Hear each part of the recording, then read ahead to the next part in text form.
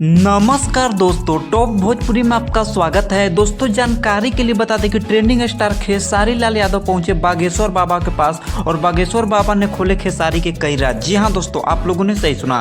तो दोस्तों, क्या है पूरी खबर की जानकारी बताएंगे इस वीडियो में, लेकिन उससे पहले अगर आप हमारे चैनल पर नए हैं तो वीडियो को लाइक कर चैनल को सब्सक्राइब कर लीजिए। तो दोस्तों, जानकारी के लिए बता दें कि खेसारी लाल यादव बागेश्वर धाम पर एक गाना भी बनाए थे, जिस गाने को उन्होंने बागेश्वर बाबा को सुनाया और वो गाना बागेश्वर बाबा को बहुत पसंद भी आया। तो दोस्तों, खबरें भी आ रही कि खेसारी लाल यादव के मन में चल रही बात को बागेश्वर बाबा ने सबके सामने रखा और बोला कि आप पे जो केस कोर्ट में चल रहा है वो जल्द ही खत्म होगा, क्योंकि आप बहुत अच्छे इंसान हैं और इसमें आपकी कोई गलती नहीं है। तो दोस्तों, बता दें कि इस बात को सुनने के बाद खेसारी लाल यादव के फैंस काफी खुश नजर आ रहे हैं और बागेश्वर बाबा की जय जयकार कर रहे हैं। तो दोस्तों, जानकारी के लिए बता दें कि खेसारी लाल यादव ने एक न्यूज रिपोर्टिंग के माध्यम से कहा है कि हमारी इच्छा थी कि हमारी फिल्म का ओपनिंग बागेश्वर बाबा के हाथों हो और हमारी सौभाग्य है कि बागेश्वर बाबा के हाथों हमारी फिल्म रंग दे बसंती का ओपनिंग हुआ। जी हाँ दोस्तों, खेसारी लाल यादव ने बोला कि हमारी सौभाग्य है कि बागेश्वर बाबा के हाथों हमारी फिल्म रंग दे बसंती का ओपनिंग हुआ।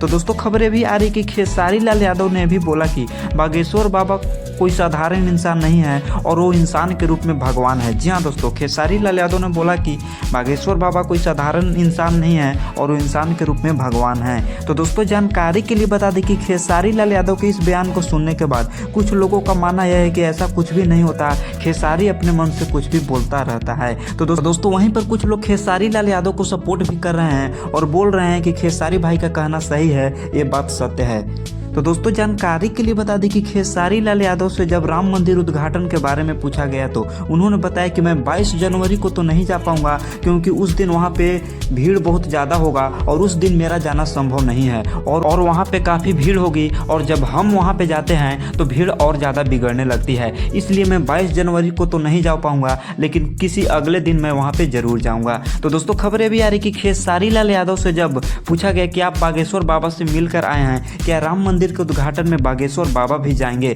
तो दोस्तों, बता दें कि खेसारी लाल यादव ने इस पर बोला कि ये बात की जानकारी हमें नहीं है कि बागेश्वर बाबा वहां जाएंगे कि नहीं जाएंगे, पर मेरा दिल कहता है कि बागेश्वर बाबा वहां पे जरूर जाएंगे, क्योंकि राम मंदिर का उद्घाटन है।